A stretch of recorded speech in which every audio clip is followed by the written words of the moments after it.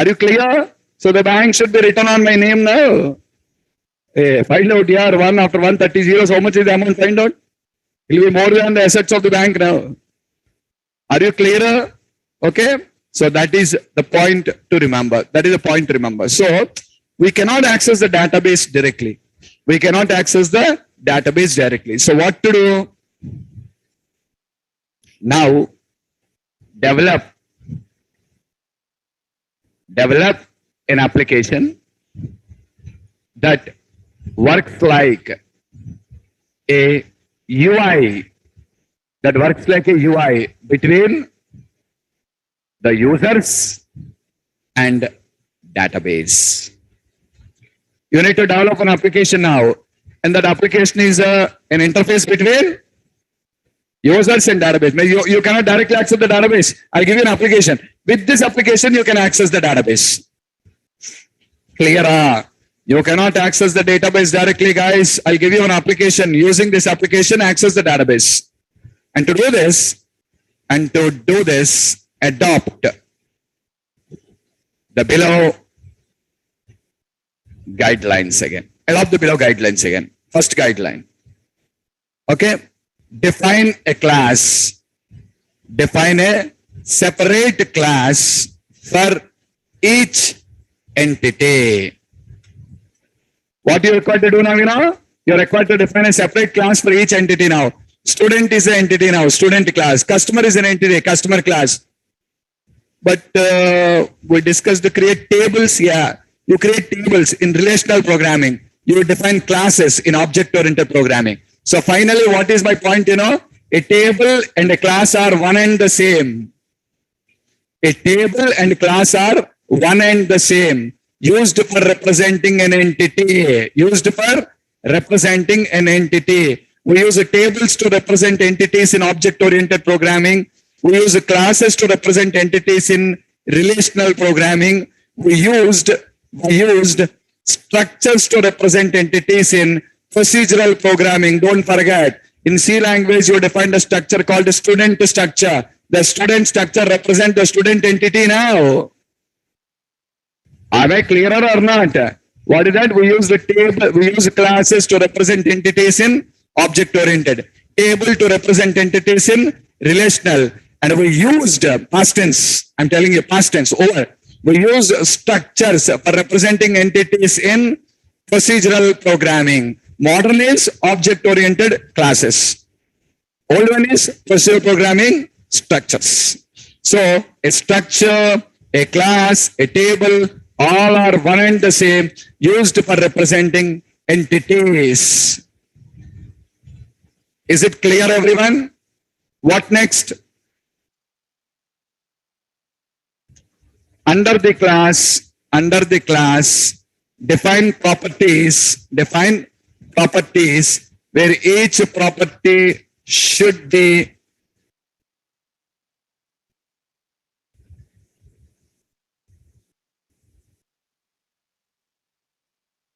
a representation for the, each property should be a representation for the attributes of the entity. Now you understand? A column in your table, an attribute in your class, or a property in your class, both are same. A column in your table, a property in your class, both are same. What is property? Field here, field. A column in the table and a property in my class, both are same. Used for representing attributes. Okay. Next, lastly, each instance we create for the class should be a unique representation for the entity. Did you understand me or not? Each instance we create for the class should be a unique representation for the entity. You are creating instances now, na? These instances should be a unique representation for the entity. Are you clearer or not? These instances should be a unique representation for the entity. We're just going to have a unique representation for the entity now. And that is what I'm just means. A record in the table and instance of the class, both are same. A record of the table and instance of the class, both are same. Are you following me or not? Understood the point? Okay. So each instance we create for the class should be a unique representation for the entity. It should be a unique representation for the entity now. And that's what exactly it just should be representing for us. I hope you guys are clear. Yes or not? Okay. So this is all about entities and how do we develop applications tomorrow in the real time. Now, a bank has approached us. A bank has approached us. A bank came to me and asking me, what is it asking me? Can you build an application? Can you build an application for using it in our day-to-day business? I repeat, guys, a bank has approached me and asking me, can you build an application to use it in our day-to-day business? I want to use this application in our day-to-day business. So develop me an application for using it in our day-to-day business. This is what the bank has asked me. Are you clearer or not? Okay, this is what the bank has. Yes, I said okay. Sorry. The bank has asked me to build an application for using in their ATM machines. The bank has asked me to develop an application for using in their ATM machines. Okay, now? So what is my process now? Identify the entity now. What is your application? There is only one entity now. What is that? Customer. Only one entity, customer. Customer is the entity. Second, attributes of entity customer. So many attributes here. Let's start simple. Customer ID, name, balance. There are so many other attributes are there. Just I'm starting simple. Customer ID, name, balance. Next. This is step 1. This is step 2. Now step 3. Create a table called, and the table customer should contain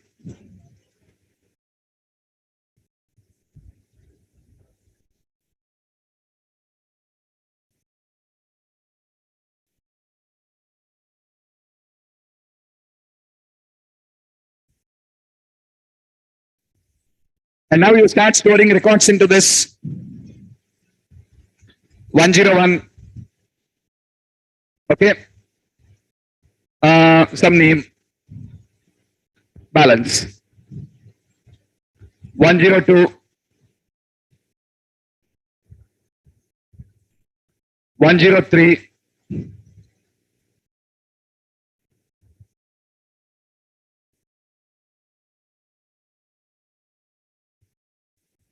Are you clear? Yes or not? Okay. So that's what. So that's how you just go for doing this.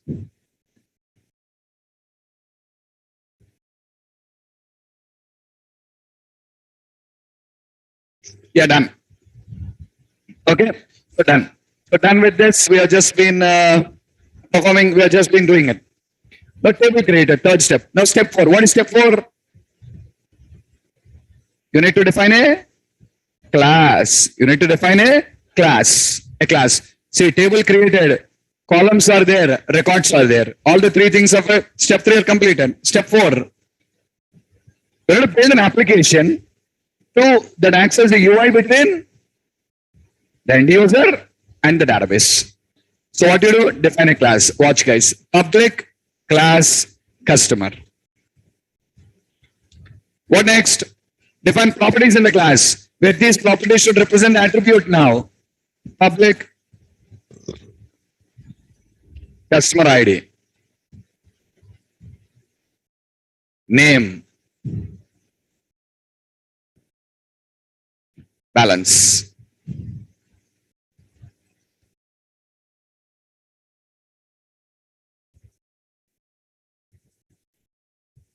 double balance. So these are the attributes now. Clear? Now you start creating the instances. Every instance will be one customer now. Okay, how that I'll tell you. And what did you learn, guys? Attributes of a class are initialized by a constructor now. Come on, come to object-oriented programming. What you learn, let us implement now. So I need to define a constructor now. Public customer. How many parameters should I define for this? No, only one. What is that? Customer ID. So what about the remaining? Array, remaining value should load from database here. This dot customer ID is equals to customer ID. Next, connect to database using the given customer ID and load other values. And load other values. What now? This dot name is equals to what should come here? Value of name column in database table. Next, this dot balance is equals to what? Value of balance column in database table. Are you people following me? We don't pass all the three attributes, not required. What should I pass? One parameter, customer ID. Based on the customer ID, the rest of all the values should be loaded up automatically. Based on the customer ID, the rest of all the values should be loaded up automatically. Okay, now? So we'll be loading up all the values automatically based on the ID now. Okay, done. What next? See, listen. Not over here. Still a lot of things we need to write in the class. I'll write you. But basically, how the application execution will be happening, in the real time. Finally, once the development is completed. First we'll have a database server. On the database server, what we do? Install.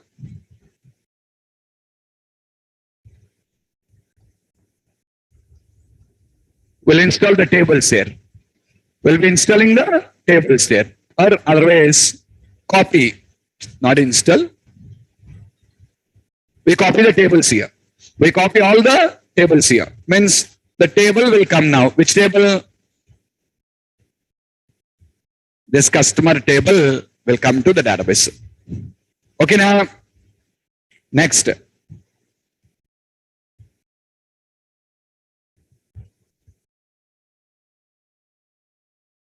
We'll have one more server, guys. We'll have one more server. What do you have?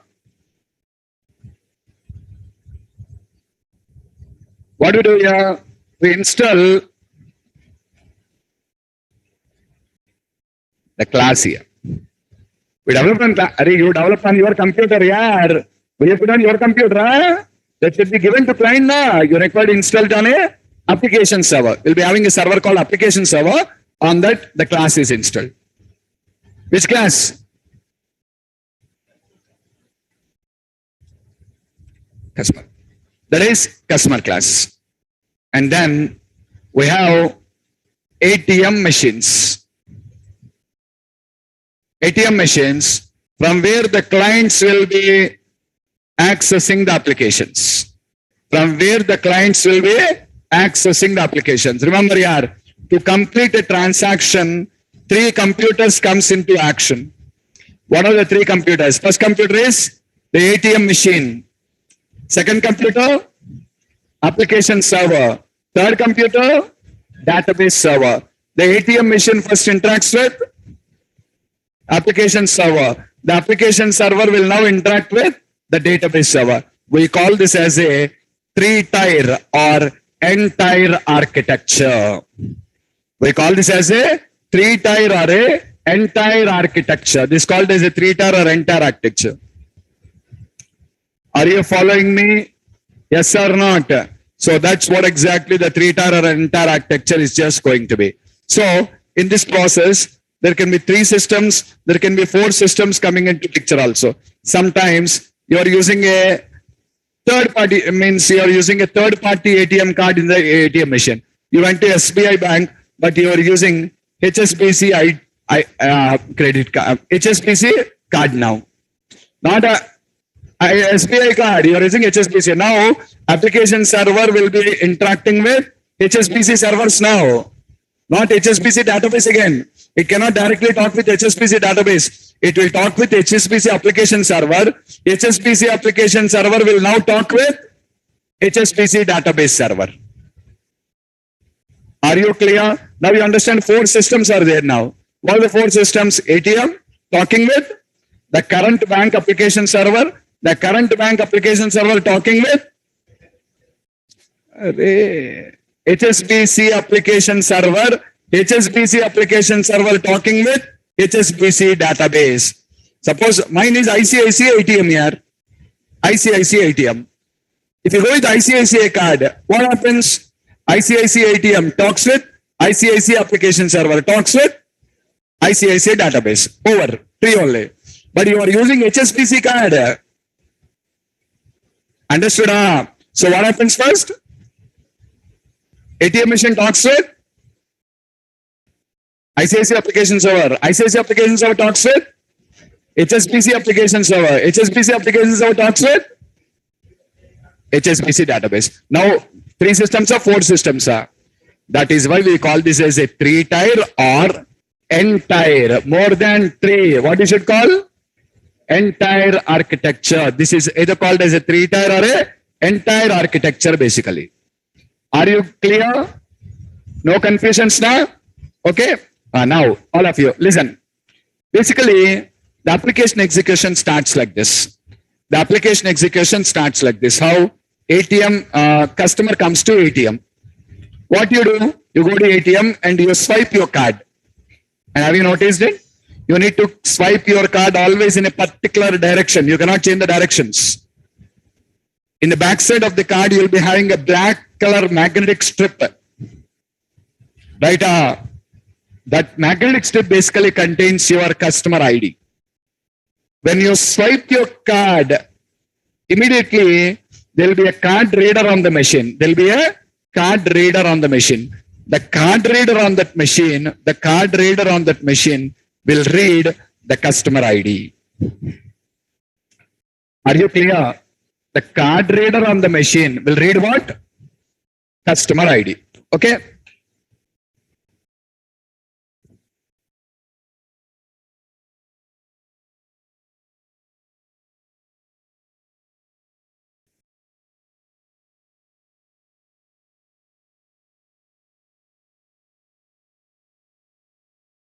Now see, you went to a ATM machine, swiped your card. Now the machine read the card ID. Another customer went to another machine, swiped the card, reads it. Another customer reads it. Like this, it will be reading the customer ID. After reading the ID, now this ID will be sent to, the ATMs will now send to the customer ID to application server. The ATM will send the customer ID to application server. Okay, what is present on application server? Which class? Louder. Now application server will now create the instance of the class. Application server will do what? Create the instance of the class. Which class? Customer C1 is equals to new. Customer C1 is equals to new customer. And do you remember, guys, the constructor of the class takes a parameter, customer ID, and you received the customer ID now, and that is passed as a parameter. And recollect now, what did you write in the constructor? In the constructor, we written the code to send the customer ID to database and load all the data from there now. Now this instance will connect to and loads the details of which customer? 101. It is going to read the details of 101 now. Okay. Now second customer came now. Swipe the card. Same story repeats.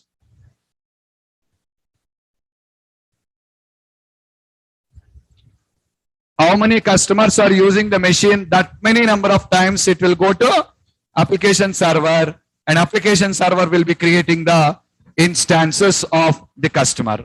It will be like this.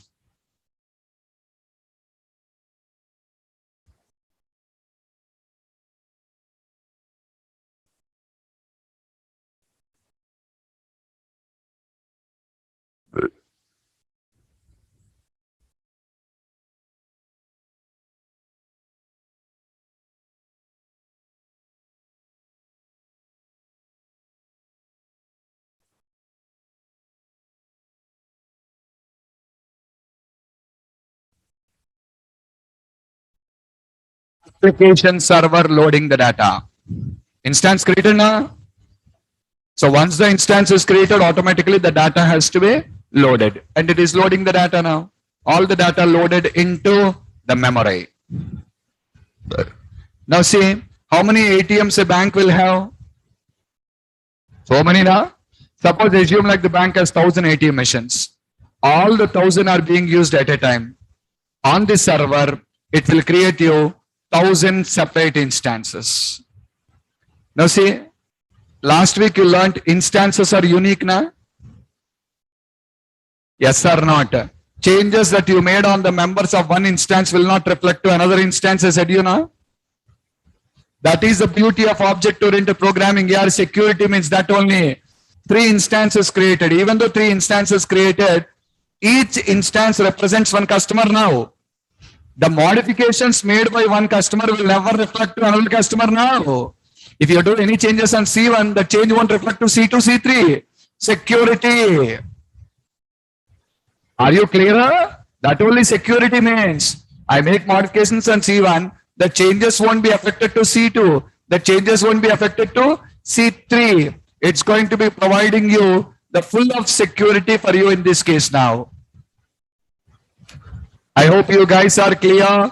It is going to give you the full of security in this particular case now. It is just not going to provide you access to the other things. Everything is unique of itself. Everything is unique of itself. All the things are going to be unique now. A change you made on one will not reflect to the other. Uniqueness. Million instances created at a time, but still my application runs flawlessly because instances are unique, and that's the beauty of object-oriented programming. Guys, tell me now, are you clear with security? Understood security now? This is only security means. Did you understand why do you define a class now? Clear? Did you understand why do we create instances now? Instances, separate instance. Did you understand why do we define constructors now?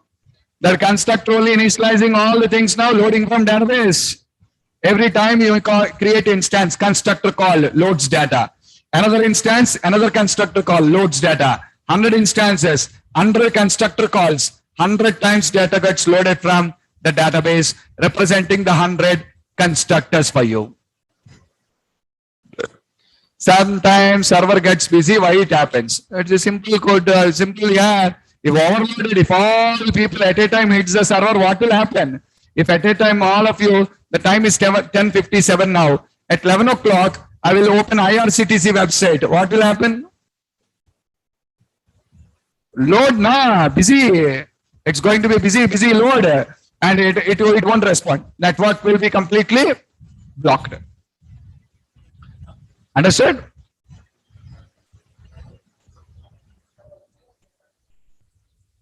Anything is server only, na? Application server runs applications on it. Database server will store data in it. Application server will run application in it. Your firewalls, protections, all these things. So application server will basically run the application under its control. See, the whole application will run in one place only. That is application server. Why advantage? Advantage is it won't run on the client system. It won't run on the client system at all. It runs on the central location. Advantage, client system doesn't have security. Tomorrow someone can easily hack the client systems. ATMs doesn't have security, you know that? ATM doesn't have security here. You can easily hack it. But even though you hack it, no use. Why no use? Application is not running there. Where is the application running? Application server is a cloud environment. It's a cloud environment. Complete firewall protected. Firewall protected. Antivirus. Firewall protection. 24/7 monitoring. 24/7 monitoring. All these things will be happening for you on the server. One single place to control everything. If the application runs on client computers on the ATMs, do you know what is the headache now? I need to monitor all the 1,000 machines now. Easy, huh? Is it easy monitoring 1,000 machines? Tell me, guys. Is it easy to monitor a single machine or not? Tell me. One machine easy. 1,000 machines, it is not easy to monitor. But if at all you're just going to have only one machine, it will become easy to monitor the single machine. So now everything runs for you on the application server. It will become easy for them to monitor. Not only this one. Tomorrow, if there are any changes in the class, you don't require to install on multiple computers. You require to install this only on one computer, that is application server. Maintenance becomes easy. Monitoring easy. Maintenance easy.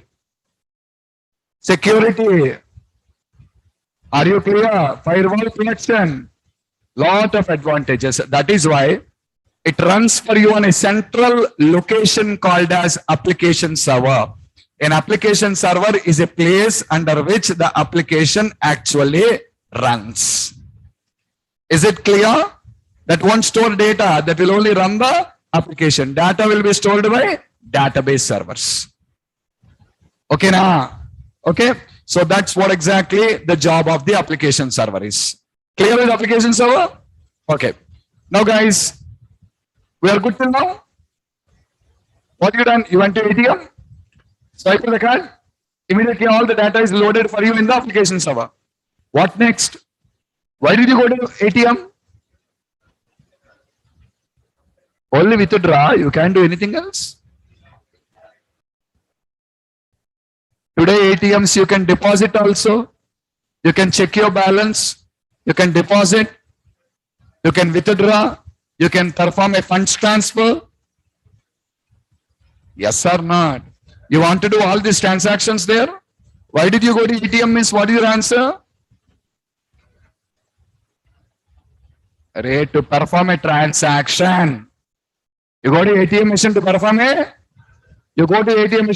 a transaction now. Like a deposit or a withdrawal or a funds transfer or a balance inquiry or something, whatever it is. You go there to perform a transaction. Okay? Who is developing this application here? We only now. Then as a developer, if I simply write a class, the job is not over. I need to write all the code to do the transactions also now. That's why I said your class code is not over. I only started that. It's still pending there. Till now, we talked only about initialization process. That's all. Now, the customer wants to do some transactions now. Transaction is a banking terminology. Transaction is a banking terminology. And what is application developer terminology, you know? Application developer terminology is action. Are you clear? What is our terminology? And how do we actions in our applications? Methods. Ray, we already discussed method is an action. What is a method? A method is a action. Methods are actions now. So to do the actions inside of this class, you're required to now write methods. First method is to perform a balance inquiry. I'm writing a method. Public double get balance. When you hit on the balance inquiry, is it going to display your balance or not? Tell me. Now that has to call this method. Which method? And what will the method do? Returns the double, nothing but the balance. And that balance is what is shown on the screen to you now. Point clear? That is the method which is going to show. And now tell me, the method is static or non-static? Non-static. How to call? By creating a instance. You need to call by creating an instance now. Now tell me, whenever you swipe the card, an instance is created for you or not? With that instance, can I call the method or not? Tell me. Now I'm calling the method C2.getBalance. What is the output? Look on the screen. 15,000. How did you say? Balance is associated. C2, the balance associated with C2 is 15,000 only. Are you clear? Remember, yeah, these are non-static members. Non-static members refers separately for each instance now.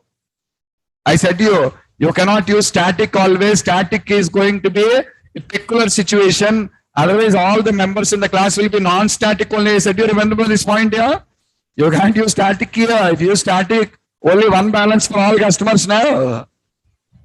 One name for all customers. One ID for all customers. Okay now? Is separate. That should be separate for each customer. C2.getBalance 15,000. Do you have any confusion when I ask this question? People tell me, did you feel any confusion when I asked this question? C2.getBalance. Immediately you said 15,000. Are you clear?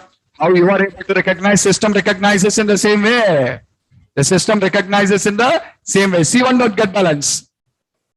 C3.getBalance. 25,000. Easy.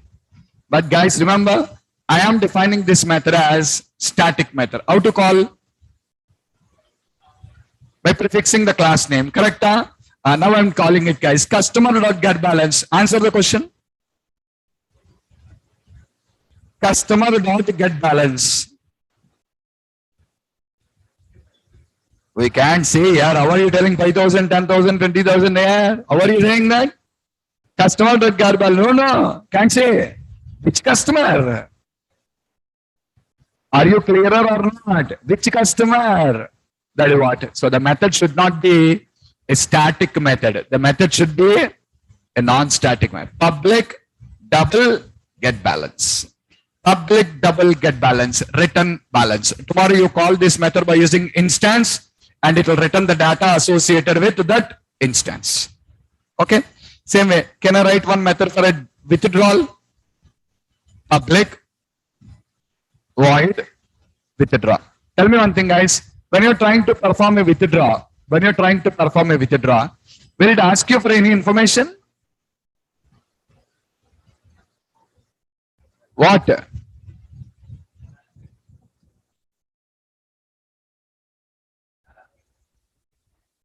Balance. Brainless fellow. How much amount you want to withdraw? Will it ask you balance here? It'll ask you how much amount you want to withdraw. Yes or not? What it will ask you? The amount it has to withdraw. Are you following me? So now you just write what is that? Parameter should come now. Double amount. Okay. Balance minus equals to. You have your balance, huh? Minus the amount now. Okay. Next, update balance back to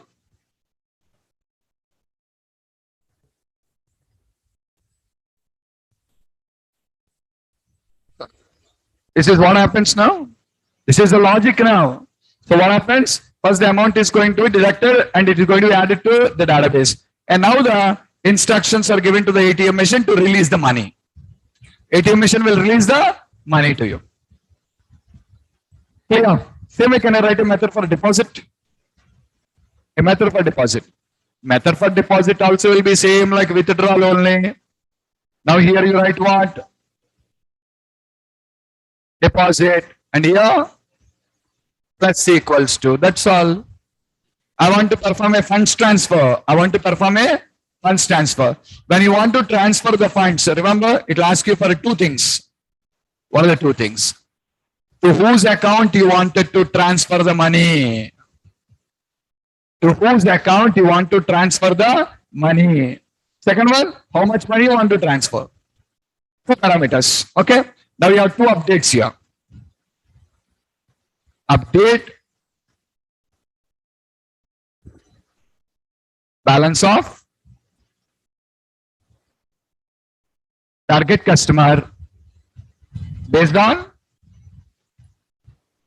destination. And add the amount is account now. Array, updating in the sense you're adding the amount is account now. Are you clear? This is how the methods are defined in the class. This is how the methods are defined in the class. Now see, you can call these methods by clicking the buttons. The click of the button will contain this code to call a method now. The click of the button will contain the code for calling the method. How, sir, how this happens? You will learn all these things in your GUI programming, ASP.NET. When you come to ASP.NET, in GUI programming, you'll learn. In a button click, a method gets called now. You're learning JavaScript.